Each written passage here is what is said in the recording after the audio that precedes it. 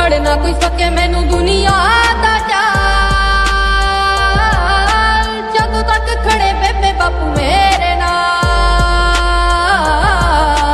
ਫੜ ਨਾ ਕੋਈ ਸਕੇ ਮੈਨੂੰ ਦੁਨੀਆ ਦਾ ਚਾਲ,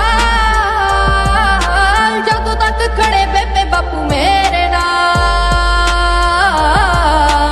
ਜ਼ਿੰਦਗੀ ਦੇ ਵਿੱਚ ਸਭ ਕੁਝ ਹੀ ਗਵਾਵੇ, ਪਰ ਇੱਕੋ ਇੱਕ ਮਾਂ ਉਹਦਾ ਦਿਲ ਨਾ ਦੁਖਾਵੇ। ਮੈਂ ਚਾਹੁੰਦਾ ਹਰ ਜਨਮ ਤੂੰ ਹੋਵੇਂ ਮੇਰੀ ਮਾਂ, ਇਸ ਗੱਲ ਤੋਂ ਨਾ ਕਰ ਦਵੀਂ ਮੈਨੂੰ ਕਿਤੇ ਨਾ।